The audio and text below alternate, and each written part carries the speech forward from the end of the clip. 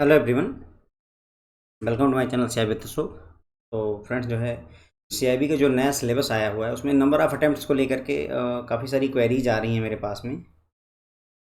तो एक बार फिर से देख लेते हैं जो भी डिफरेंट फ्रिक्वेंटली आस्क्ड क्वेश्चन है आपके या डिफरेंट जो सिनारियोज बन रहे हैं, एक बार उसको डिस्कस कर लेते हैं ताकि आपके कोई भी डाउट रह ना जाए। फिर भी अगर रहते हैं तो कमेंट सेक्शन में आप बोल सकते हैं, मैं उनको फिर से देखूँगा और उन्हें रिप्लाई करूँगा। ठीक है, हमारा यूट्यूब चैनल है फ्रेंड्स सीआईबी विद अशोक, आप उसे ज्वाइन कर सकते हैं, सब्सक्राइब वगैरह कर लीजिए। जो भी वीडियो डालते हैं फ्रेंड्स, अगर आपको अच्छे लगते हैं तो लाइक वगैरह किया कीजिए। और हमारा ऐप भी है, इसी नाम से ही है, सीआईबी विद अशोक के नाम से ही ऐप भी है प्ले स्टोर पर, आप उसे भी डाउनलोड कर सकते हैं जहाँ से आपको कोर्सेस मिल जाएंगे। जो हमारा यूट्यूब पर कोर्स है फ्रेंड्स वो लगभग 40% कवर करता है सिलेबस को, और जो हमारा ऐप पर कोर्स है वो लगभग 90% कवर करता है सिलेबस को। और आने वाले समय में हम इसको 100% कवर अप कर देंगे। 100% क्यों नहीं कह रहा हूँ, क्योंकि अभी कुछ केस स्टडीज और लानी है, कुछ एमसीक्यूज और लाने हैं, इसी वजह से 100% नहीं कह रहा हूँ। ठीक है, ठीक है फ्रेंड। तो आई बिलीव कि आपको इतनी बातें यहाँ पर क्लियर होती हैं। तो देखिए, जो आपका दिसंबर 2022 का फ्रेंड्स अटैम्प्ट होगा वो आपका लास्ट अटैम्प्ट होगा as per old syllabus. Clear रखिए, जो अभी दिसंबर 2022 में, अभी इस समय जो है करंटली मान लीजिए सितंबर चल रहा है, सितंबर 2022 में ये वीडियो आ रहा है आपके लिए, और दिसंबर 2022 में आपका जो लास्ट अटैम्प्ट होगा वो एज पर ओल्ड सिलेबस होगा। मतलब पुराने सिलेबस के हिसाब से आप आखिरी बार दिसंबर 2022 में ही दे पाएंगे, उसके बाद नहीं दे पाएंगे। इसमें 3 पेपर जैसे पहले थे वैसे ही हैं। एबीएम है पेपर 1, पेपर 2 बीएफएम है, और तीसरा पेपर आपका ऑप्शनल है जिसमें retail, IT, HR, rural, central banking, risk management, बहुत सारे ऑप्शंस हैं। ठीक है, तो ये बात क्लियर हो जाती है कि दिसंबर 2022 का जो एग्ज़ाम है वो एज पर ओल्ड सिलेबस आखिरी बार होगा। ध्यान दीजिए, कई लोग पूछते रहते हैं सर कि दिसंबर में लास्ट वाला जो मतलब ओल्ड सिलेबस के हिसाब से दिसंबर वाला है कि जुलाई वाला है, जून जुलाई 2023 वाला है। तो ध्यान रखिए कि दिसंबर 2022 वाला एज पर ओल्ड सिलेबस है। फिर बात करते हैं, हर साल जो है देखिए पेपर 2 बार होता है। एक बार ये जून में करवाते हैं, मान लीजिए 2023 की बात करूँ तो जून 2023 में एग्ज़ाम होगा, एंड देन आफ्टर ये जो है दिसंबर में करवाते हैं, दिसंबर 2023 में फिर एग्ज़ाम होगा। लगभग यही पैटर्न चलता है 2021 में, जून 2021 में, फिर दिसंबर 2021 में, फिर जून 2022 में, फिर दिसंबर 2022 में। कोविड वगैरह के चलते थोड़ा सा इसमें मतलब डिफरेंसेस आए हैं, अदरवाइज साल मतलब इन ईयर आपको 2 बार एग्जाम देने का मौका मिलता है। मैं नार्मली मान कर चलता हूँ कि आप जून और दिसंबर में मौका पाते हैं फ्रेंड्स। ओके, तो इस हिसाब से जो सीआईबी का अटेम्प्ट जो जून 2023 का होगा फ्रेंड्स, देखिए दिसंबर 2022 का जो आप एग्ज़ाम देंगे वो एज पर ओल्ड सिलेबस होगा, 3 पेपर होंगे। उसके बाद जो अगला एग्ज़ाम होगा फ्रेंड्स वो आपका जून 2023 में होगा जा करके, और ये एज पर न्यू सिलेबस होगा। एकदम क्लियर रखिए, इसमें नए सिलेबस के हिसाब से ही आपको एग्ज़ाम देना होगा। टोटल यहाँ पर 5 पेपर हो रहे हैं। पहली बात तो ये कि पिछले सिलेबस में 3 पेपर थे, अब आपको 5 पेपर देने हैं। ठीक है, उसके बाद में माइनस मार्किंग भी आ जाएगी, यहाँ पर निगेटिव मार्किंग भी इंट्रोड्यूस हो गई है, तो ये भी बात ध्यान रख करके चलेंगे। पाँचों पेपर की मैं बात कर लूँ, पेपर 1 एबीएम जैसे था वैसे ही है, बीएफएम सिलेबस चेंज हुआ है बट पेपर का नाम सेम है, एबीएम है, बीएफएम है। पेपर 3 आपका एबीएफएम हो गया है, advance business and financial management आ गया है। ये क्या था, एडवांस बैंक मैनेजमेंट, ये बिजनेस बैंक फाइनेंशियल मैनेजमेंट था। ठीक है, तो ये हो गया advance business and financial management हो गया। और ये BRBL, banking regulation and business law. ठीक है, ये आपका जेआईबी का तीसरा पेपर जो था उसी को ही यहाँ पर मॉडिफाई करके इन्होंने बनाया हुआ है। उसके बाद में जो 5वां पेपर है फ्रेंड्स वो ऑप्शनल है। पहले ऑप्शनल मेरे ख्याल से 8 या 9 होते थे आपके पास, अब केवल 5 ऑप्शनल बचते हैं, वो ये हैं आपके। अब रिटेल नहीं रहेगा, ये मिस्टेक है मेरे से। ठीक है, ऑप्शनल में सिर्फ आईटी है, एचआर है, रूरल है, सेंट्रल बैंकिंग है, एंड रिस्क मैनेजमेंट है फ्रेंड्स। ओके, तो ये सिर्फ 5 ही ऑप्शनल अब आपको मिलेंगे, रिटेल खत्म हो जाएगा फ्रेंड्स। ओके, सबसे खास बात यही है कि रिटेल ये निपटा दे रहे हैं, जबकि 70% से 80% स्टूडेंट केवल रिटेल ही लेकर के पास हुआ करते थे। ठीक है, तो क्लियर हो जाती है कि जून 2023 का जो पेपर होगा वो एज पर न्यू सिलेबस होगा। टोटल 5 पेपर देने होंगे हमको, एबीएम, बीएफएम, एबीएफएम, बीआरबीएल, और ऑप्शनल में हमारे पास 5 ऑप्शनल होंगे। क्लियर हो जाती है बात। ठीक है, तो ये मैंने आपको थोड़ा सा बैकग्राउंड बता दिया, ब्रीफ बैकग्राउंड, जिससे आपको चीज़ें क्लियर हो जाएं। अब मैं बात करता हूँ नंबर ऑफ़ अटैम्प्ट की। तो देखिए, नंबर ऑफ़ अटैम्प्ट को ऐसे जानिए कि आपने पहली बार कब अप्लाई किया है। Apply for first time in, अब आपने पहली बार कब अप्लाई किया है वो चीज़ देख लीजिए, बस उसके हिसाब से यहाँ इस टेबल को रेफ़र कर लीजिए। मान लेते हैं कि आपने जून 2021 में पहली बार अप्लाई किया था, तो आपने कितने अटेम्प्ट ले लेने हैं, दिसंबर 2022 तक की बात कर रहा हूँ, ध्यान दीजिए। अभी सितंबर चल रहा है, अक्टूबर, नवंबर, दिसंबर, यानी दिसंबर 2022 में जो एग्ज़ाम होगा वहाँ वाला अटेम्प्ट भी मैं यहाँ पर गिन ले रहा हूँ। तो आपने टोटल 4 अटेम्प्ट ले चुके होंगे। कितने अटेम्प्ट ले चुके होंगे? 4। समझिए कैसे भाई, देखिए जून 2021 में आपने पहली बार भरा, तो अगला एग्ज़ाम दिसंबर 2021 में होगा। तो ये पहला अटेम्प्ट हुआ, ये दूसरा अटेम्प्ट हुआ, फिर जून 2022 में तीसरा अटेम्प्ट हुआ, और दिसंबर 2022 में आप चौथा अटेम्प्ट ले लोगे। तो इसलिए कुल मिलाकर के दिसंबर 2022 तक आपके टोटल 4 अटेम्प्ट हो जा रहे हैं। यही यहाँ पर लिखा हुआ है। कोई अब डाउट मत रखिए कि क्या हो रहा है, क्यों हो रहा है फ्रेंड्स। ओके, आई थिंक आपको मैंने ये क्लियर कर दिया कि क्या हो रहा है यहाँ पर। ठीक है, दिसंबर 2022 तक कितने अटेम्प्ट होंगे ये मैं कह रहा हूँ कि दिसंबर जो एग्ज़ाम होने वाला है उसको भी हम यहाँ पर काउंट कर ले रहे हैं। तो अगर आपने पहली बार जून 2021 में अप्लाई किया था, आपने एग्ज़ाम दिया या नहीं दिया, आपने अप्लाई किया या नहीं किया, पहली बार अगर आपने जून 2021 में अप्लाई कर दिया है तो दिसंबर 2021 को IIBF ऑटोमेटिकली आपका अटेम्प्ट काउंट कर लेता है। इनका कॉन्सेप्ट यही है फ्रेंड्स। ओके, अब थोड़ा फ्लेक्सिबिलिटी है, लेकिन पहले यही था कि आप चाहे दिसंबर 2021 में अप्लाई कर दो, एग्जाम ना दो, तो भी आप अप्लाई ही मत करो तो भी उसे अटेम्प्ट मान लेते हैं। ठीक है, तो ये बात हमें क्लियर हो जाती है कि जून 2021 में अगर आपने अप्लाई किया तो आपके टोटल 4 अटेम्प्ट निपट चुके हैं। तो ऐसे में अगर आपके 4 अटेम्प्ट निपट गए हैं फ्रेंड्स, जून 2021 में आपने पहली बार अगर अप्लाई किया था, तो अब आप ये समझ लीजिए आप एकदम फ्रेशर हैं। यानी आपको वही जून 2023 से शुरू होकर के 5 अटेम्प्ट या 3 साल जो भी पहले हो, है ना, 5 अटेम्प्ट ले लीजिए चाहे 3 साल। ठीक है, तो क्लियर हो जाती बात कि अगर आपने पहली बार जो है CIB के लिए अप्लाई किया था जून 2021 में, अब इससे पहले अगर अप्लाई किया हो, मान लेते हैं कि आपने दिसंबर 2020 में अप्लाई किया होगा, तो अगर आपने दिसंबर 2020 में अप्लाई किया होगा फ्रेंड, तो दिसंबर 2020 आपका पहला अटैम्प्ट, उसके बाद में जून 2021 आपका दूसरा अटैम्प्ट, फिर उसके बाद में दिसंबर 2021 जो है आपका तीसरा अटैम्प्ट, उसके बाद में जून 2022 जो है आपका चौथा अटैम्प्ट। इसका मतलब आपके 4 अटैम्प्ट तो पहले ही ख़त्म हो चुके हैं। ऑब्वियसली आपके लिए जो है ये जो दिसंबर 2022 का होगा ये पहला अटैम्प्ट होगा, राइट। इस हिसाब से ये चल रहा है, इसीलिए इन्होंने ऐसे यहाँ पर लिया हुआ है। बहुत ज़्यादा कन्फ्यूजन पालने की ज़रूरत नहीं है, मैं सिंपल टर्म में आपको बोल रहा हूँ कि यदि जो है आपने जून 2021 में पहली बार अप्लाई किया था CIB के लिए, तो आपके पास 5 अटैम्प्ट या 3 साल हैं। अगर आपने दिसंबर 2021 में आपने मतलब पहली बार अप्लाई किया है, दिसंबर 2021 में पहली बार आपने अप्लाई किया, तो आपके पास में अभी देखिए 3 अटैम्प्ट खत्म हो जाते हैं आपके। अब बोलोगे सर 3 अटैम्प्ट कैसे खत्म होते हैं, तो देखिए दिसंबर 2021 में आपने पहली बार अप्लाई किया तो पहला अटैम्प्ट दिया, जून 2022 में एग्जाम हुआ आपने दूसरा अटैम्प्ट दिया, फिर दिसंबर 2022 में एग्जाम होगा तो आप तीसरा अटैम्प्ट दोगे, तो ये हो गए ना 3 अटैम्प्ट। तो 3 अटैम्प्ट आपके निकल गए हैं, टोटल मिलते हैं 5 अटैम्प्ट, तो इसलिए आपको 2 अटैम्प्ट या 1.5 साल दिया जा रहा है।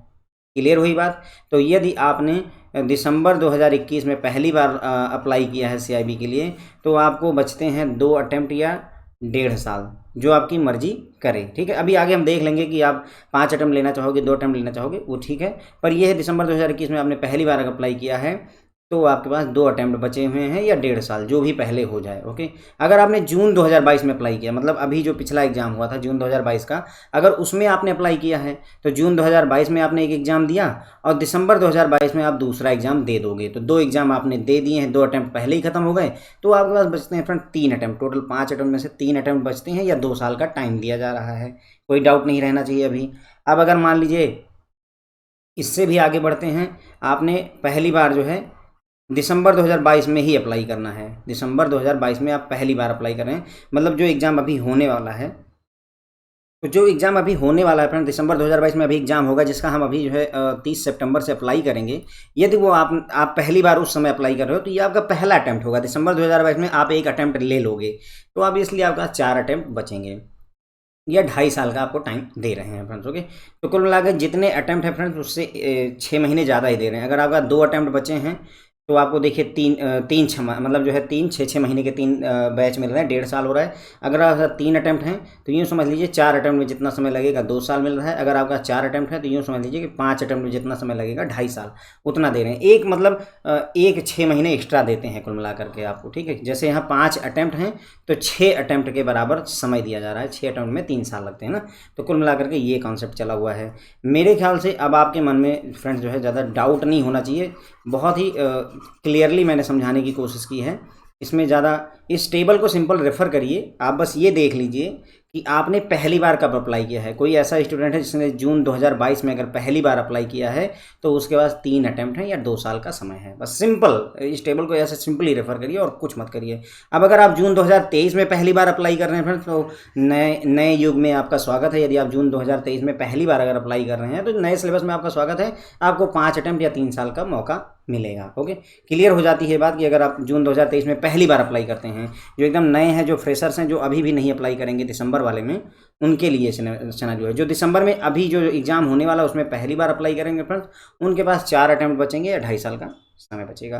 क्लियर हो गया। आई बिलीव कि अब आपको इसमें कोई डाउट नहीं रहना चाहिए कि सर मेरे कितने अटेम्प्ट बचते हैं, मेरा ये हो गया, मेरा वो हो गया, क्या अटेम्प्ट होगा, क्या अटेम्प्ट नहीं होगा। फ्रेंड देखिए, पहली बार आपने कब अप्लाई किया उसके हिसाब से इस टेबल को रेफर कर लीजिए। अब जो डिफरेंट सिनारियोज बनते हैं कि सर मैं एबीएम में फेल हो गया तो क्या होगा, एबीएम बीएफएम दोनों में फेल हो गया तो क्या होगा, एबीएम फेल हुआ और बीएफएम रिटेल पास हो गया तो क्या होगा। तो इस तरीके को कुल मिलाकर के बहुत सारे सिनारियोज मैंने बनाए हुए हैं जो हो सकते हैं। हो सकता है एक आधे दो छूट भी गए हों, पर आप समझोगे तो कॉन्सेप्ट आपको समझ में आ जाएगा। देखिए, हम ये समझ लेते हैं नंबर ऑफ अटेम्प्ट की बात, तो मैंने आपको ये बता दी कि कितने अटेम्प्ट आपको मिलेंगे पास करने के लिए, वो उस टेबल से देख लीजिए। मैं ये बात करता हूँ, मान लीजिए दिसंबर 2022 का आप एग्जाम देते हैं और उसमें आपके साथ तीनों पेपर में इनमें से कोई एक घटना होती है कि आप जो है सिर्फ एबीएम पास करते हो, या आप एबीएम पास कर लेते हैं, बीएफएम पास कर लेते हैं, या आप तीनों पास कर लेते हैं। इस तरीके के डिफरेंट सिनारियोज हम ले करके यहाँ पर चलेंगे फ्रेंड्स। ओके, तो दिसंबर 2022 का जो एग्जाम होता है, मान लेता हूँ मैं उसमें कोई ऐसा कैंडिडेट है, कोई ऐसा फ्रेंड है जिसने एबीएम पास किया लेकिन वो बीएफएम फेल हो गया, रिटेल फेल हो गया। अब उसको कितने पेपर देने होंगे जून 2023 के एग्जाम में फ्रेंड्स। ओके, तो जून 2023 के एग्जाम में 2 सिचुएशन होगी। पहली सिचुएशन की बात करते हैं। तो पहली सिचुएशन ये कहती है फ्रेंड्स आपकी कि देखिए, आपने क्योंकि एबीएम पास कर लिया है तो आपका एक पेपर निकल गया। आप बीएफएम में फेल हैं, इसका मतलब आपको बीएफएम पास करना पड़ेगा। रिटेल में फेल हो गए तो रिटेल तो आप दे नहीं सकते कि रिटेल हो गया ख़त्म, आपको नया ऑप्शनल चूज करके इसे पास करना पड़ेगा, तो ये भी बचा रह गया। और जो नया पेपर P4 पेपर 4 एबीएफएम और पेपर 5 बीआरबीएल, इन दोनों को भी पास करना पड़ेगा। तो टोटल फ्रेंड्स आपके 4 पेपर पेंडिंग रहेंगे। यदि आप दिसंबर 2022 के एग्जाम में एबीएम केवल पास करते हैं तो अगले एग्जाम में आपको टोटल 4 पेपर देने होंगे। एबीएम वाला क्रेडिट आपके साथ आगे बढ़ सकता है। क्लियर हो गई बात। अब अगर आप इसी तरीके से मान लीजिए सिर्फ बीएफएम पास करते हैं तो सेम सिनेरियो है फ्रेंड्स। ओके, सिर्फ एबीएम पास किया तो भी सेम बात है, बीएफएम पास करेंगे तो भी आपके 4 पेपर बचेंगे। उस केस में बीएफएम आपने पास कर लिया, अब आपका एबीएम पेंडिंग रह जाएगा। ये नया ऑप्शनल चूज करिए, एबीएफएम पास करिए, बीआरबीएल पास करिए और टोटल 4 पेपर पास करिए। और हर एक में अब आपको 50 नंबर की जरूरत होगी। ध्यान रखेंगे यहाँ पर ये बात, क्योंकि एक पेपर आपका पास हो चुका है फ्रेंड्स, इसका मतलब आपने एक पेपर में 50 से ज़्यादा स्कोर कर लिया, तभी तो एक पेपर पास हो, बाकी फंस गए। तो उस केस में फ्रेंड्स आपको जो ये मिनिमम 45 और 250 का फ़ायदा नहीं मिलेगा। अब हर एक पेपर में, बाकी के सारे चारों पेपर में, बीएफएम में जो आप नया इलेक्टिव लोगे, जो एबीएफएम का पेपर है, बीआरबीएल, हर एक में मिनिमम 50 मार्क्स आपको लाने होंगे पास होने के लिए। टोटल 4 पेपर देना होगा, हर एक में 50 नंबर लाना होगा। अब आप चाहो तो दूसरा रास्ता आपके पास है, आप ये भूल जाओ कि मैंने कभी एबीएम पास किया है, आई फॉरगेट कि मैंने एबीएम पास किया है, और एकदम फ्रेश सिरे से अप्लाई कर देते हैं फ्रेंड्स। और उस केस में आपको 5 पेपर पास करने पड़ेंगे। यहाँ कितने पास करने थे, 4 पास करने थे, लेकिन हर एक में मिनिमम 50 नंबर लाना था। यहाँ कितने पास करने होंगे कि मैं भूल गया एबीएम मैंने पास किया तो मैं 5 के 5 पेपर दूंगा। ठीक है, मैं ये भूल जाऊँ कि मैंने एबीएम पास किया था। टोटल 5 पेपर पेंडिंग रहेंगे और मुझे इस बात का फ़ायदा मिलेगा कि मिनिमम 45 नंबर हर एक में अगर आ जाए और टोटल 250 नंबर अगर मेरे सिंगल अटेम्प्ट में आ जाते हैं तो मुझे पास मान लिया जाएगा। तो this is the first case. Clear हो गई बात। अब आपको डाउट नहीं बनना चाहिए कि मेरा सर एबीएम पास हुआ है। इसमें डिफरेंट सिनारियो है। अगर आपका ये सिनारियो नहीं तो फ्रेंड्स एक बार सिनारियो जो है नीचे बढ़ करके वीडियो को आगे बढ़ा करके देख लीजिए, हो सकता है आपके लिए जो सिनारियो है वो परफेक्टली इसमें मिल जाए फ्रेंड्स। ओके, क्योंकि मैंने टोटल 7 सिनारियो की बात की है। केस 2 की बात करता हूँ मैं। आप मान लीजिए कि आपका एबीएम पेपर निकल गया और बीएफएम का पेपर निकल गया दिसंबर 2022 के एग्जाम में, पर आप रिटेल में फेल हो गए। उस केस में क्या होगा फ्रेंड्स, देखिए एबीएम भी आपका पास माना जाएगा, बीएफएम भी आपका पास माना जाएगा। रिटेल फेल हो गए हैं तो आपको एक नया ऑप्शनल सेलेक्ट करना पड़ेगा और उसे पास करना पड़ेगा। पेपर नंबर 4 एबीएफएम, पेपर नंबर 5 बीआरबीएल भी आपको पास करना पड़ेगा। तो आपके टोटल 2 पेपर पास हुए थे, तो 2 पेपर आपके पास हो चुके हैं। टोटल 3 पेपर पेंडिंग बचे हुए हैं और हर एक में आपको 50 नंबर लाने होंगे, लेकिन पेपर 3 बचते हैं। अगर आप ये वाला सिनारियो नहीं चाहते हैं तो आप दूसरा सेलेक्ट कर सकते हैं, जिसमें आप ये भूल जाओगे कि आपने एबीएम और बीएफएम कभी ज़िंदगी में पास किया था और आप एक नए सिरे से अप्लाई करोगे, जिसमें आपको 5 पेपर पास करने होंगे। टोटल 5 पेपर पास करने होंगे और मिनिमम 45 और टोटल 250 मार्क्स अगर आपके सिंगल अटेम्प्ट में आ जाते हैं तो आपको पास मान लिया जाएगा। क्लियर हो जाती बात। ठीक है। तीसरा केस क्या होगा, आपने एबीएम पास कर लिया, आपने बीएफएम पास कर लिया, आपने रिटेल भी पास कर लिया। भाई अगर ऐसा हुआ है तो आपको बधाइयाँ, congratulation, you have already pass the CIB, तो डोंट वरी, अब आपके लिए जून 2023 का कोई मतलब नहीं है, आपने तीनों पेपर निकाल दिए तो बात ही खत्म हो गई। ओके, चौथे केस की मैं बात करता हूँ। देखिए अब क्या होगा कि आपने एबीएम पास किया और रिटेल पास कर लिया, मान लेते हैं दिसंबर 2022 के एग्जाम में आपने एबीएम पास किया और रिटेल पास किया, बीएफएम फेल हो गए। तो देखिए एबीएम पास किया वो तो आगे बढ़ गया, एक पेपर का फायदा हुआ। बीएफएम आप फेल हो गए तो बीएफएम अब आपको देना पड़ेगा। रिटेल के पास होने का और फेल होने का कोई फायदा नहीं है, सबसे बेकार चीज़ है कि पास हो गए तो भी नया ऑप्शनल चूज करिए और अब उसको पास करिए। उसका अंत में पेपर 4 एबीएफएम और पेपर 5 बीआरबीएल भी आपको पास करना पड़ेगा। तो अगर दिसंबर 2022 के एग्जाम में आपने एबीएम और रिटेल 2 पेपर पास कर लिए तो भैया मानिए कि आपका एक ही पेपर पास हुआ है, अभी भी 4 पेपर आपके गले पड़े हुए हैं और हर एक में आपको 50 नंबर लाने होंगे। दूसरा रास्ता ये है कि आप जो है ये भूल जाओ कि मैंने एबीएम और रिटेल पास भी किया था और नए सिरे से पाँचों के पाँचों पेपर दीजिए और ये सिंगल अटेम्प्ट वाले बेनिफिट का यहाँ पर फ़ायदा हो सकता है। पांचवा केस देखते हैं फ्रेंड, आप एबीएम में फेल हो गए, आपने बीएफएम पास किया, रिटेल पास किया, वही बात हो गई, बीएफएम फेल हो गए है ना, तो बीएफएम पास करना पड़ेगा, सॉरी एबीएम फेल हो गए तो एबीएम पास करना पड़ेगा, बीएफएम पास हैं तो बीएफएम से छुट्टी मिली। रिटेल पास होने ना पास होने कोई फ़ायदा नहीं है, फिर से नए सिरे से नया नया ऑप्शनल सेलेक्ट करिए, उसे पास करिए, एबीएफएम तैयार करिए, बीआरबीएल तैयार करिए, अभी भी आपके गले में 4 पेपरों की घंटी बंधी रह जाती है। तो 4 पेपर अभी भी आपको देने पड़ेंगे फ्रेंड्स। ओके, तो 4 पेपर आपको देने पड़ जाएंगे, हर एक में 50 मार्क्स लाना पड़ेगा, या दूसरा सिनेरियो आप सेलेक्ट कर सकते हैं। तो ये हो गया 5वां केस फ्रेंड्स। ठीक है, अब मान लीजिए कुछ ऐसे केसेस होंगे जिसमें हो सकता है व्यक्ति ने रिटेल ना लिया हो, ऑप्शनल दूसरा ही पहले से सेलेक्ट कर रखा हो। तो उस केस में अगर अगर होता है तो क्या होगा, मान लीजिए वो व्यक्ति एबीएम में फेल हो जाता है, उसका बीएफएम पास है, उसका आईटी पास हो जाता है, या उसका ऑप्शनल में एचआरएम पास हो जाता है, सेंट्रल बैंकिंग या फिर रूरल बैंकिंग या रिस्क मैनेजमेंट। ध्यान रखिएगा यही पाँचों 1 2 3 4 5 ये 5 पेपर अगर आप पास करते हैं, पाँचों में से कोई एक पास करते हैं तो ये वाली सिनेरियो आपके लिए काम की है।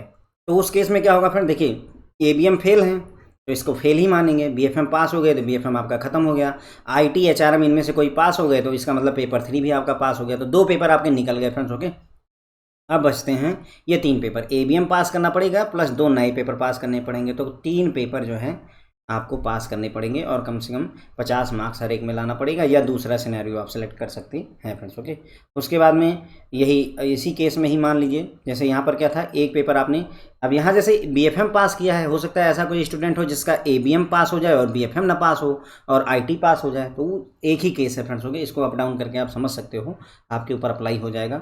7वां केस है, आप एबीएम फेल कर गए, आप बीएफएम फेल कर गए, लेकिन आपने आईटी या एचआरएम या सेंट्रल बैंकिंग या रूरल बैंकिंग या रिस्क मैनेजमेंट ऑप्शनल पास कर लिया, इनमें से कोई एक ऑप्शनल पास कर लिया फ्रेंड। तो उस केस में एबीएम फेल हैं तो एबीएम दोबारा दीजिए, बीएफएम फेल है बीएफएम दोबारा दीजिए, ऑप्शनल आपका पास है तो एक पेपर आपका निकल गया। अब चौथा पेपर और 5वां पेपर आपको देना ही होगा, तो फिर भी आपके पास 4 पेपर पेंडिंग बचते हैं फ्रेंड्स। ओके, या फिर आप दूसरा रास्ता अपनाइए कि जो है सारे के सारे पेपर एक साथ दे दीजिए। तो देखिए फ्रेंड्स जो है मतलब कुल मिलाकर के मैंने जो सिनारियोज देखे हैं ना, उसमें आपको मिनिमम यदि आपका फंसता है केस जो है दिसंबर में, तो आपको कम से कम 3 पेपर तो देने ही पड़ेंगे, इससे कम नहीं। यानी कि एबीएम, बीएफएम है ना, और ऑप्शनल, इन तीनों पेपर में से यदि आपका कोई एक पेपर भी फंस जाता है या 2 पेपर फंस जाते हैं, तो कम से कम 3 पेपर या 4 पेपर आपको देने पड़ेंगे, उससे कम में छुट्टी नहीं। कोई ऐसा सिनारियो मैंने नहीं देखा जिसमें आपको सिर्फ आगे 2 पेपर देने हों, नहीं, क्योंकि अगर आपको सिर्फ 2 पेपर तभी देने होते, देखिए पेपर 4 और पेपर 5 नया ऐड हुआ है, ठीक है, और अगर ये 2 पेपर तो यही हो गए देने वाले, और अगर आपने तीनों पेपर निकाल दिए हैं एबीएम बीएफएम रिटेल के, तो आप सीआईबी पास हो जाते हैं, फिर यहाँ आने की नौबत ही नहीं आएगी ना। तो 2 तो नए चिपकते हैं पेपर, और प्लस एक आधा पेपर आपका पहले का पड़ा होगा ना, तभी तो आप इधर आओगे। तो ऐसे केस में कम से कम 3 पेपर आपको पास करना है, 3 पेपर कम से कम, कुछ लोगों के 4 पेपर की सिचुएशन बन सकती है, कुछ लोग 5 पेपर की सिचुएशन बन सकती है फ्रेंड्स। ओके, तो फ्रेंड जो है देख लीजिए अपने हिसाब से आपके लिए कौन सा सिनारियो बनता है, कौन सी सिचुएशन से आप गुजरोगे। जितना भी मेरे दिमाग में आया, बनेंगे और भी सिनारियो, मैं ऐसा नहीं कह रहा हूँ, लेकिन अब वो ऐसे है कि मतलब अप एंड डाउन। अब कहोगे कि सर जो है आईटी पास कर लिया है और एबीएम पास कर लिया है, तो देख लो फ्रेंड्स, अगर एबीएम पास कर लिया तो एबीएम पास मानिए, आईटी पास कर लिया तो आईटी पास मानिए। अब आपका बीएफएम पेंडिंग रह गया और प्लस 2 नए पेपर ऐड हो गए, तो 3 पेपर अब आपको देने हैं, है ना। अगर आपने सर मैं एबीएम पास हो गया, बीएफएम पास हो गया और आईटी भी पास हो गया। तो भाई अगर तीनों पास हो गए तो बात ही खत्म हो गई ना, आपको बधाइयाँ जो है, आपने सीआईबी पास कर लिया है ना। तो ये है फ्रेंड जो है जितना भी मेरे समझ में आया है, मैंने आपके सारे क्वेश्चंस जो भी पूछे गए थे उसके हिसाब से एक वीडियो तैयार करने की कोशिश की है। आई बिलीव कि आपकी क्वेरीज रिजॉल्व हो जाएंगी, बट वी आर ओपन, है ना, हम ओपन हैं अभी भी आपके क्वेश्चंस, कमेंट्स और क्वेरीज के लिए। आप जो है चाहें तो हमें व्हाट्सएप पर भी अपनी क्वेरी भेज सकते हैं, हम वहाँ पर भी रिप्लाई कर देंगे। चाहें तो यहीं पर ही जो है कमेंट सेक्शन में बता दीजिए, जो हमारा नंबर है 9494787882 नंबर है फ्रेंड्स। ओके, इस नंबर पर व्हाट्सएप कर दीजिए। अगर बहुत ज़्यादा ज़रूरी है तो आप कॉल भी कर सकते हैं, कोई इशू नहीं है, ठीक है। हम आपको रिस्पॉन्ड कर देंगे, जो भी करस्पॉन्डिंग एक्शन होगा वो टेक कर लिया जाएगा फ्रेंड्स। ओके, अब यहाँ पर देखिए कई सारे वीडियो बनाए मैंने, लेकिन अपने प्रोडक्ट को बेचा नहीं है। इस बार थोड़ा सा बेच देते हैं जो है। देखिए भाई लास्ट एग्ज़ाम है दिसंबर 2022 का। हर बार भूल जाता हूँ और वीडियो बनने के बाद याद आता है, ओहो ये तो बताना ही रह गया था यार कि पेपर वो क्या नाम है, कोर्स जरूर खरीद लें। तो दिसंबर 2022 का जो एग्ज़ाम है फ्रेंड जो है वो लास्ट एग्ज़ाम होगा, जिसमें आपको 3 पेपर मिलेंगे। तो ऐसे में आपकी मर्ज़ी है, मैं ये नहीं कहूँगा कि आप मेरा कोर्स परचेज करिए या मत करिए। आपको पढ़ना है, आपको पास करना है, एनी हाउ सम हाउ जैसे भी करके आपको एग्ज़ाम पास करना है। वो आप देख लीजिए कि कैसे आप पास कर सकते हो। अगर मेरे यूट्यूब के वीडियो आपको सफिशिएंट लगते हैं, उससे काम बन सकता है, तो आप उससे पास कर लीजिए। अगर नहीं लगते हैं कि सफिशिएंट है, तो आप हमारा ऐप जो है डाउनलोड कर लीजिए, वहाँ से कोर्स परचेज कर लीजिए। अभी 3 महीने का कोर्स परचेज कर सकते हैं, क्योंकि 3 महीने में एग्ज़ाम ख़त्म हो जाएगा आपका। 10 दिसंबर को लास्ट एग्ज़ाम है फ्रेंड। तो अगर कोई 10 सितंबर या उसके बाद का कोई 10 सितंबर या उसके बाद अगर आप हमारा कोर्स परचेज करते हैं 10 सितंबर या 11 सितंबर 12 सितंबर को, तो उस केस में वो 3 महीने तक वैलिड रहेगा, आपका एग्ज़ाम पूरा कंप्लीट करवा करके ख़त्म होगा फ्रेंड्स। ओके, तो ऐसे में आपको बेनिफिट मिल जाएगा। 3 महीने का कोर्स आप अगर चाहें तो फुल कोर्स परचेज कर लीजिए। एबीएम बचा है तो एबीएम का खरीद लीजिए, बीएफएम का बचा है बीएफएम का खरीद लीजिए, पास हो जाएंगे फ्रेंड्स। ओके, उसके बाद में फिर जो है बहुत सारे लोगों की क्वेरीज आती हैं। मैं बता दूं कि जो है मतलब बोलते हैं कि सर जो है क्या आपके वीडियो सफिशिएंट रहेंगे या बुक भी पढ़ना है।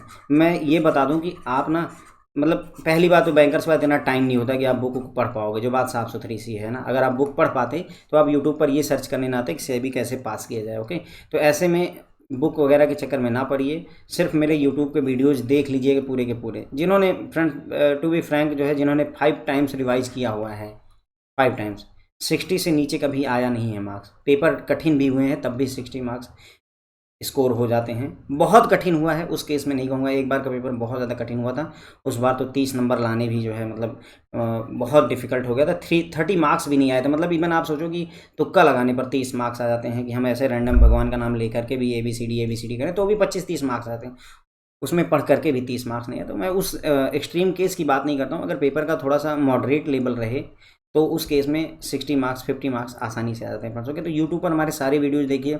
अब लोग पूछते हैं कि सर शुरू कैसे करें।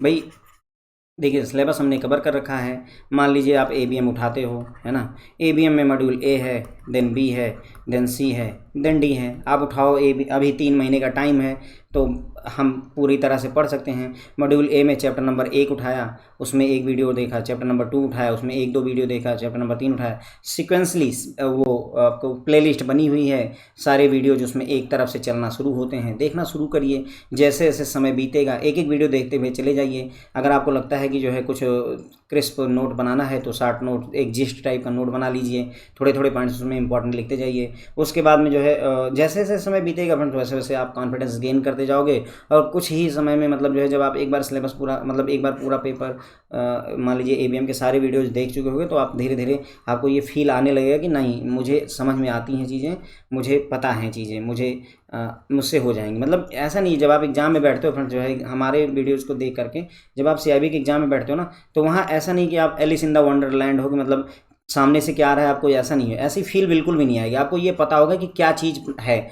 एक आधा, मैं ये नहीं कहता हूँ, हो सकता है 5-10 क्वेश्चन ऐसे हों जो कि एकदम से नए हों, है ना। जैसे पिछली बार जो है वो फ्यूचर ट्रेडिंग से रिलेटेड एक जो है वो आई थी केस स्टडी, जिसमें 3x9 का मतलब पूछा गया था। तो वो एकदम नई चीज़ थी, वो मैंने कवर अप नहीं की थी। लेकिन मैं ऐसे 8-10 क्वेश्चन के अलावा बाकी अगर आप 90 क्वेश्चन ऐसे देखोगे तो वो कहीं ना कहीं मैंने पढ़ाया हुआ है, मैंने बताया हुआ है। आप वहाँ पर कंफ्यूज हो रहे हो वो एक अलग बात है, पर मैंने पढ़ाया हुआ है, चाहे वो एमसीक्यू के रूप में मैंने उसको कवर अप करवाया हुआ है, चाहे मैंने अपने जो है वीडियो में उसको कवर अप करवाया हुआ है। वीडियो बहुत डिटेल्टिव हैं। एक एक पर्टिकुलर चैप्टर का अगर हम एबीएम में बात करें तो उसमें मैंने 15 पार्ट बनाए हुए हैं। फ्रेंड जो है एचआरएम मतलब एबीएम के मॉड्यूल सी में एक चैप्टर है, 21 है या 23 है कोई चैप्टर है, इसमें 15 पार्ट आए हुए हैं। आप सोचिए कि 15 पार्ट में 15 वीडियोज में 45-45 मिनट के 15 वीडियोज में ना लोगों ने एबीएम का एचआरएम मॉड्यूल ख़त्म कर दिया है। 15 वीडियो में एचआरएम पूरा ख़त्म हो गया है उन लोगों का। तो अगर एक चैप्टर में मेरे 15 लेक्चर हैं, उसके बावजूद भी अगर आपको किताब उठानी, मैकमिलन उठाना पड़ जाए, पढ़ना पड़ जाए, तो फिर तो बेकार हो गया ना, फिर इतना मेहनत करने का, है ना। अब फिर आप बोलोगे सर कि जो है एक एक में इतना ज़्यादा हम 15-15 पार्ट अगर देखेंगे तो कवर भी नहीं हो पाएगा। तो फ्रेंड देखिए, जितना आपको सही लगे, जितना आपको ज़रूरी लगे स्टार्टिंग में, देखिए जो मैंने कवर अप किया उसमें स्ट्रेटजी यही रही है कि शुरू के जो है लेक्चर्स वो मोस्ट इंपॉर्टेंट को कवर करते हैं। तो शुरू की जो है जैसे 1 से 15 तक है, तो जैसे जैसे आगे बढ़ते जाते हैं वैसे वैसे प्रायोरिटी उसकी घटती जाती है फ्रेंड्स, ओके। लेकिन कवर इसलिए करना ज़रूरी होता है क्योंकि लोगों की क्वेरी बहुत आती हैं कि सर इस चैप्टर में ये टॉपिक नहीं रह गया, इस चैप्टर में ये टॉपिक नहीं कवर हुआ है। तो वो सारी चीज़ें मैं इसीलिए सब कवर कर देता हूँ कि कुछ बचे ही ना, ताकि आप ये ना कह पाओ, ठीक है। तो अगर मान लीजिए आपको लगता है कि सर 15 पार्ट नहीं कवर कर पाऊँ, तो कोई बात नहीं, आप 10 पार्ट कवर कर लीजिए, 8 पार्ट कवर कर लीजिए। थोड़ा सा आप जो है जब आप जुड़ते हैं, जब आप पढ़ते हैं, तो आपको खुद भी फील आने लगता है फ्रेंड्स, ओके। खास करके उन लोगों ने जो पहली बार नहीं एग्जाम दे रहे, जिन्होंने पहले एक आध बार एग्जाम दिया, उनको तो ये पहले से ही क्लियर हो जाता है कि हाँ ये वाला टॉपिक इंपॉर्टेंट है, ये वाला टॉपिक इंपॉर्टेंट नहीं है, वो आइडिया लगने लगता है फ्रेंड्स, ओके। उसके बाद में सबसे ज़रूरी जो चीज़ होती है फ्रेंड्स, वो ये है कि हमारा टेलीग्राम का चैनल जरूर ज्वाइन करके रखिए। अब आप देखिए, मैं किसी भी चैनल को मैं ना आपसे कहता हूँ कि आप मुझे इंस्टा पे फॉलो करिए, ना मैं आपको बोलता हूँ कि आप मुझे ट्विटर पर फॉलो करिए, ना मैं आपको बोलता हूँ कि जो है और भी कोई सोशल मीडिया, फेसबुक वगैरह XYZ, कहीं कुछ नहीं बोलता। क्यों नहीं बोलता हूँ? क्योंकि आप वहाँ फॉलो करो या ना फॉलो करो, उससे मुझे कोई ज़्यादा वो दिक्कत नहीं है, आपका ना कोई नुकसान है। लेकिन यदि आप मुझे टेलीग्राम पर फॉलो नहीं करते तो वहाँ पर आपका नुकसान है। अब नुकसान क्यों है वो मैं आपको बता देता हूँ। देखिए होता क्या है फ्रेंड्स कि जो टेलीग्राम है आपका, उसमें एक तो मैं मान लीजिए अभी जैसे 31,000 लोग जुड़े हैं, तो कोई भी बात अगर मैं वहाँ पर लिखता हूँ तो वो पहली बात तो 31,000 लोगों तक तुरंत ही पहुँचती है। सबसे फास्टेस्ट तरीका है अपनी बात को वहाँ पर रखने का। जैसे मान लीजिए मैं कोई चीज़ फेसबुक पे पोस्ट करता हूँ तो वो फीड में आएगी, अगर फीड होगा आएगा फीड तो आपको पता चलेगा, नहीं तो नहीं पता चलेगा, है ना। लेकिन टेलीग्राम में ऐसा नहीं है। टेलीग्राम में आपने मेरा चैनल विजिट किया तो आपको सीधे सीधे मेरे ही चैनल का डेटा मिलेगा और किसी चैनल का फीड वगैरह टाइप का कॉन्सेप्ट नहीं है। तो ये डायरेक्ट इंटरेक्शन हो जाता है। दूसरा, इंटरेक्शन में एक ग्रुप और है उसी में, जिसमें 4,000 के आसपास जो है फ्रेंड्स लोग हैं, और वो आपस में डिस्कशन भी करते रहते हैं, क्वेश्चन सॉल्व किए जाते हैं, क्वेरी सॉल्व की जाती है। तो ऐसे में टेलीग्राम ज्वाइन कर लेना जरूरी होता है। ज्वाइन करने के लिए CIB विद अशोक जो है सर्च करिए, टेलीग्राम पर जाइए और CIB विद अशोक सर्च कर लीजिए, आपको बहुत बेनिफिट करेगा। 2-3 बेनिफिट हैं, मैं बताता हूँ जो है 2-3 बेनिफिट। एक तो जो कुछ भी बातें रहती हैं वो मैं वहाँ पर टेलीग्राम में आपको अपडेट देता हूँ। मैंने आपको बताया जैसे यूट्यूब में मैं कम्युनिटी टाइप पर पोस्ट कर दूंगा तो वो भी एक फीड के तौर पर आएगी, आप अगर देखोगे तो पता चलेगा, नहीं देखे तो मिस कर जाओगे। लेकिन टेलीग्राम पे कुछ मिस नहीं होता है, ओके। तो जो भी लेटेस्ट अपडेट हैं, जैसे कोई चेंजेज होते हैं तो हम वहाँ पर बात करते हैं। पहली बात, कोई लेटेस्ट अपडेट आया तो वो आपको वहाँ टेलीग्राम पर मिल जाता है, ठीक है। दूसरा, MCQ करवाता हूँ मैं वहाँ पर, क्विज होते हैं। अभी जब 2 महीने एग्ज़ाम को रह जाएगा तो आप मान लीजिए कि डेली के 50 से 60 क्वेश्चंस आपको रोज़ मिलेंगे। तो अगर आप पढ़ते हो और प्लस 50 से 60 क्वेश्चन रोज़ अटैम्प्ट करते हो और 2 महीने तक हम ये करते हैं तो 6×5=30 है ना, लगभग जो है मोटा मोटा जो है 1200 से 1500 क्वेश्चन हम आपको अटैम्प्ट करवा देते हैं। वो थोड़े सरल भी होते हैं, थोड़े कठिन भी होते हैं, थोड़े मॉडरेट भी होते हैं, दोनों होते हैं। और उनमें से मान लीजिए कि जो है 30 से 40% क्वेश्चन जो है डायरेक्ट एग्जाम में पूछे हुए क्वेश्चंस होते हैं, जिनके फिर से पूछे जाने की बहुत ज़्यादा संभावना होती है। जैसे मैं आपको बता दूं कि मेरा जितना अनुभव रहा है आज तक जो है ABM का पेपर बहुत कम गया होगा जिसमें M1, M2, M3 और M4 के बारे में चर्चा किए बगैर एग्ज़ाम ख़त्म हुआ हो। कहीं ना कहीं चाहे एक ही नंबर में ये लटकाया जाए लेकिन एक क्वेश्चंस आता है। तो ये अनुभव की वजह से पॉसिबल है कि मैं आपको ज़्यादा हेल्प कर पाता हूँ, ज़्यादा एम्फेसाइज कर पाता हूँ। दूसरा फ्रेंड्स जो है, और सबसे बड़ा जो फ़ायदा होता है जब एग्ज़ाम होता है तो जो 8 बजे वाला बैच होता है फ्रेंड्स, वो मान लीजिए 10 साढ़े 10 बजे तक छुट्टी पा जाता है। 10:30 बजे आने के बाद वो हमको जो है बहुत सारे क्वेश्चंस वो शेयर कर देते हैं, बहुत सारे वो टॉपिक शेयर कर देते हैं। तो उससे फ़ायदा क्या होता है कि जो क्वेश्चन 8 बजे की शिफ्ट में आता है, मिलता जुलता 11 बजे की शिफ्ट में आता है, और काफ़ी हद तक मिलता जुलता 2 बजे की शिफ्ट में आता है। तो ऐसे में अगर मान लीजिए आपको 4-5 क्वेश्चन भी ऐसे मिल गए, जैसे फॉर एग्जांपल एक क्वेश्चन था नेफ्ट में कितने बैचेज होते हैं, तो नेफ्ट में टोटल 48 बैच होते हैं। आपको पता है, बहुत अच्छी बात है। ये नहीं पता है तो मैंने क्वेश्चन डाला कि जो है 8 बजे वाले बैच में नेफ्ट में कितने बैच होते हैं, 48 बैच होते हैं, ये आप पूछा गया है। आप एग्जाम में बैठे, पता चला कि आपको भी क्वेश्चन मिल गया। भाई मिल गया तो 1 नंबर बन गए ना आपके। और परेशानी कहाँ है, आप ज़्यादातर 40 से लेकर के 44 तक तो पहुँचते ही रहते हैं। समस्या तो 45 से 50 के बीच वाली ही रहती है ना। तो ऐसे में अगर आपको 5 भी क्वेश्चन उस टेलीग्राम चैनल से मिल जाते हैं फ्रेंड, तो आपके 5 मार्क्स बढ़ जाते हैं। आपकी क्षमता कितनी थी, 45 की, आपने 5 मार्क्स और जुगाड़ कर लिए, 50 नंबर आपके आ गए। तो इस तरह से मतलब ये चीज़ें बेनिफिट कर जाती है फ्रेंड्स। ओके, तो काफ़ी सारी जो जनरल क्वेरीज थी आपकी, मैंने मेरे ख्याल से यहाँ पर बताई हुई हैं, समझाने की कोशिश की है। तो जो है टेलीग्राम ज्वाइन कर लीजिए। कोर्स जो है मुझे जो है थोड़ा सा अजीब लगता है ये बात कहना कि जो है हमारा कोर्स जो है आप परचेज़ कर लीजिए। वो आप अपनी मेरी मतलब जो है मेरे कोई कोर्स की क्वालिटी और जैसा आपने सुना हो उसके हिसाब से करिएगा। मैं दबाव नहीं डालूँगा कि आप परचेज़ कर लीजिए। लेकिन ये है कि अगर आप कोर्स लेंगे तो आप निराश नहीं होंगे। और इस चीज़ के लिए जो है मतलब दूसरों से आप पूछ भी सकते हैं, जो मतलब जिन्होंने पास किया हुआ फ्रेंड्स, वो भी अभी हमारे साथ जुड़े हुए हैं, है ना। आप उनसे भी पूछ सकते हैं कि हाँ मतलब हमारा कोर्स कैसा है। ओके, तो पासिंग रेट बहुत हाई है। पता नहीं मेरे दिल में ये ख्याल भी आता है कहीं हद तक कि पता नहीं मेरी वजह से तो नहीं आईआईबीएफ ने जो है ये माइनस मार्किंग और ये सब इंट्रोड्यूस कर दिया। कम वक्त जो है अभी तक कभी उन्होंने ये सब सोचा भी नहीं था। अभी वो खैर मैं ये श्योर नहीं हूँ कि ऐसा मेरी वजह से हुआ है। I am not to blame. लेकिन ये है कि पहले इन्होंने कभी ऐसा सोचा नहीं, जो है कई वर्षों से जो है सिलेबस चेंज नहीं हुआ, और अचानक से इनको आइडिया आया कि 2022 में हमें सिलेबस चेंज करना है ना। तो नेगेटिव मार्किंग जो है इंट्रोड्यूस कर दी गई है। मतलब पूरी तरह से आईएएस का एग्ज़ाम अब आपके लिए बनाने की कोशिश कर रहे हैं।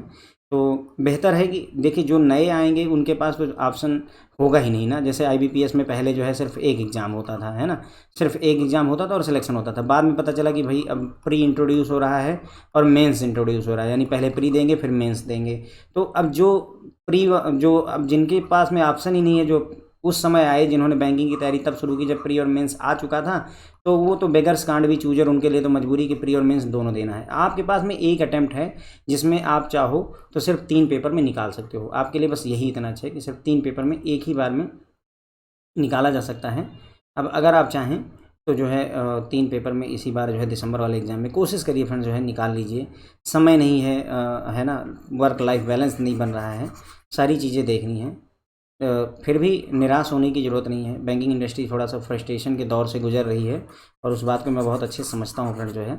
लेकिन फिर भी ऐसा कुछ नहीं है जिसका मतलब कोई भी ऐसी समस्या नहीं जिसका समाधान ना हो। बस केवल क्या है कि थोड़ा सा समय दीजिए। सिंपल से टर्म में मैं कहूँगा फ्रेंड्स, अगर आपको बहुत ज़्यादा फ्रस्ट्रेशन फील हो रही है, जॉब एकदम जो है लगता है कि बस किसी तरह से जी रहा हूँ, तो परेशान ना होइए। वक्त बदलता है ना। वक्त कैसे बदलता है उसका एक बढ़िया एग्जांपल देता हूँ। जब जो है पहली बार अटल बिहारी वाजपेयी जो है जब पहली बार संसद में गए थे, तो भारतीय जनता पार्टी के कुल 3 सांसद थे वहाँ पर। तो कांग्रेस उन पर जो है हंसी थी। उन्होंने कहा कि जो है ये मुट्ठी भर भी लोग नहीं, ये क्या कर लेंगे, है ना। और अभी जो है समय देखिए 1990-1992 की बात कर रहा हूँ मैं, और 2022 में जो है स्थिति देख लीजिए कि कांग्रेस एक विपक्ष के तौर पर भी अपने आप को स्टैंड नहीं करवा पा रहा है। मतलब मेरा कहने का ये है कि समय बदलता है। उस दौर में हो सकता है कांग्रेस को ये कभी ना लगा हो कि भारतीय जनता पार्टी इस स्थिति में होगी, और अभी भारतीय जनता पार्टी को ऐसा नहीं लग रहा होगा कि जो आगे मेरा भविष्य है वो ऐसा होगा, है ना। मतलब कहने का समय बदलता है। इसीलिए जो है बैंकर्स की ज़िंदगी पहले भी ख़राब थी, ऐसा नहीं है। मेरे सीनियर्स कुछ बताते हैं कि पहले जो ये एलएफसी का कॉन्सेप्ट है, लीव फेयर कंसेशन, जो आपको मिलता है हर 4 साल पे, हर 2 साल पे, जो आपको घूमने के लिए 15 दिन की छुट्टियां और कुछ कैश दिया जाता है, उसके पीछे कारण यही है फ्रेंड्स कि ये कोर्ट का फैसला था कि बैंकर्स इतने परेशान थे कि कोर्ट ने आदेश दिया था कि आप एलएफसी वगैरह दीजिए, इनको हर साल जो है हर 2 साल पर 15 दिन की छुट्टियाँ ज़रूर दीजिए, ताकि ये ज़िंदगी में थोड़ा सा रिलैक्स पाएँ। उसके बाद में थोड़ा सा ज़िंदगी सही हुई थी बैंकर्स की, और फिर जो है प्रधानमंत्री जनधन योजना, सुरक्षा बीमा योजना और ये सारी योजनाओं के लाने वाले मालिक आ गए, और तब से जो है फिर से बैंकर से जो है मतलब थोड़ा सा परेशानी से गुजर रहे हैं। मैं ये नहीं कह रहा हूँ कि स्कीमें गलत हैं, जनता का फ़ायदा हो रहा है। हर चीज़ के अपने निगेटिव और पॉजिटिव होते हैं। एंड हम अपना बेस्ट ट्राई करने की कोशिश करें। पर ये है कि ध्यान रखिए कि वक्त बदलेगा। मैं ये बात मैं ये क्यों कह रहा हूँ, क्योंकि काफ़ी सारे लोगों के मैसेज आते हैं मुझे, जिनमें वो बोलते हैं कि सर जो है घर से 500 किलोमीटर दूर मेरा ट्रांसफ़र कर दिया गया है, और मेरा जो मैनेजर है वो मुझे हमेशा फील्ड में दौड़ाता रहता है। मैं वो लैंग्वेज भी नहीं जानता हूँ जहाँ पर मेरी पोस्टिंग है। कुछ समझ में नहीं आता है सर कि नौकरी छोड़ दूँ कि क्या करूँ। तो ऐसे केस में एक सिंपल सी लाइन है फ्रेंड ना, कि हंसता हुआ आदमी भी रोने लगे और रोता हुआ आदमी भी हंसने लगे। बोलते हैं कि ये वक्त भी गुजर जाएगा, है ना। आप समझिए, ये वक्त भी गुजर जाएगा। अगर खुशियाँ हैं तो ये वक्त भी गुजर जाएगा, अगर गम है, परेशानियाँ हैं तो ये वक्त भी गुजर जाएगा। समय बीत जाएगा, परेशान होने की ज़रूरत नहीं है। और नया समय नई चीज़ें लेकर आएगा, नया सवेरा लेकर आएगा। तो निगेटिव थॉट्स मत लाइए। आजकल जो है सुसाइड्स बहुत हो रहे हैं बैंकिंग इंडस्ट्री में पर्टिकुलरली अगर देखा जाए तो, है ना। लोग मतलब बैलेंस नहीं बना पा रहे हैं। फ्रेंड देखिए, मैं आपको बड़ी सिंपल सी बात बताऊं, यदि नहीं मैनेज हो पा रहा है, आपको लगता है कि नहीं जान देना ही इकलौता रास्ता है, तो उससे अच्छा है कि बैंकिंग इंडस्ट्री छोड़ दीजिए। कम से कम ज़िंदगी तो बचेगी। अगर ज़िंदगी बचेगी तो कुछ कर लेंगे। आपको ये लगता होगा कि नहीं, यहाँ पर मेरी 60-70-80 हज़ार रुपये सैलरी है, कहीं और जाऊँगा तो 10-12 हज़ार रुपये में रह जाऊँगा और उसमें ज़िंदगी जीना मुश्किल हो जाएगा फ्रेंड। लेकिन आप सोचिए कि जब ज़िंदगी ही नहीं होगी तो ये 80 हज़ार कहाँ से आएंगे, ये 12 हज़ार तो कम से कम आएंगे, है ना। सोचने का नज़रिया है अपना, ठीक है। तो लाइफ इज़ इम्पॉर्टेंट, है ना। अगर आप रहोगे, है ना, तो भी बहुत है। अगर आप रहोगे जो है तो भी बहुत है ना। ना रहने से रहना बहुत अच्छा है। तो प्लीज़ जो है निगेटिव थॉट्स को अपने मन से हटाइए, है ना। और एक पॉजिटिविटी अपने अंदर ले करके आइए, और मेहनत करने का जज्बा ठान करके रखिए। ऐसे बहुत से लोग हैं, ऐसे बहुत से लोग हैं जिन्होंने सफलता पाई हुई है। वेदांता ग्रुप के जो हेड हैं, 25 रुपये ले करके जो है बिहार से चले थे। आज जो है पता नहीं कितने रुपए हैं, 25,000 करोड़ रुपए हैं या कितने हैं, है ना। तो आप सोचिए कि 25 रुपये से लेकर के 25,000 करोड़ तक का सफ़र तय किया जा सकता है, वो भी एक इंसान ही है। तो हम और आप क्यों नहीं। एक ये जो हैवेल्स कंपनी है उसकी भी स्टोरी आपने पढ़ी होगी। हैवेल्स जो कंपनी है ये इंडिया की है, और इसके जो फाउंडर हैं वो एक सरकारी स्कूल के रिटायर्ड टीचर हैं, गवर्नमेंट टीचर हैं। Government teacher retired from a government school. ऐसे सरकारी टीचर जो, मतलब सरकारी टीचर की ज़िंदगी तो बड़ी ही अच्छी होती है, 60-65 हज़ार रुपये पेंशन मिलती रहती है। लेकिन उसके बावजूद सोचिए, सरकारी टीचर 65 साल की उम्र में स्टार्टिंग करी थी उन्होंने हैवेल्स कंपनी की, और आज जो है मतलब किस हालात पर वो उसे ले गए हैं, कहाँ पहुँच गई है। अब आप एक ब्रांड के तौर पर उसे देखते हैं। आपकी एज क्या होगी, हार्डली जो है 30 से 50 के बीच के होंगे मेरे ख्याल से, है ना। तो समझिए आप इस बात को। ये सारी चीज़ें जो मैं आपको कह रहा हूँ ये आपको मोटिवेट करने के लिए हैं, कि मतलब कुछ भी संभव है फ्रेंड्स, कुछ भी संभव है ना। लेकिन ये तभी संभव है जब आप इस दुनिया में हैं। सबसे बड़ी चीज़ है कि आप इस दुनिया में बने रहेंगे तो कुछ भी संभव है। तो समय परेशानी का है, लोग साथ नहीं देते हैं, लेकिन जब समय बदलता है तो वही लोग आपसे जुड़ते हैं। तो अपने समय को मजबूत करिए। जो भी परेशानियां हैं उनको, कई बार होता है फ्रेंड्स कि जो है इतनी ज़्यादा तकलीफ़ बढ़ जाती है कि गुस्सा आता है। गुस्सा अगर आता है तो मैं एक बढ़िया सजेशन देता हूँ, जा कर के रो लीजिए, है ना। मतलब कि रोने से क्या होता है, हल्का हो जाता है, दर्द हल्का हो जाता है।